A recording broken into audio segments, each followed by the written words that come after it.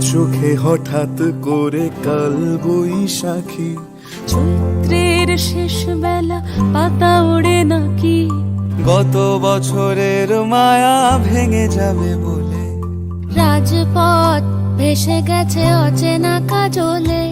দু চোখে হঠাৎ করে কাল বৈশাখী, চৈত্রের শেষ বেলা পাতা ওড়ে নাকি, গত বছরের মায়া ভেঙে যাবে বলে, রাজপথ ভেসে গেছে অচেনা কাজলে।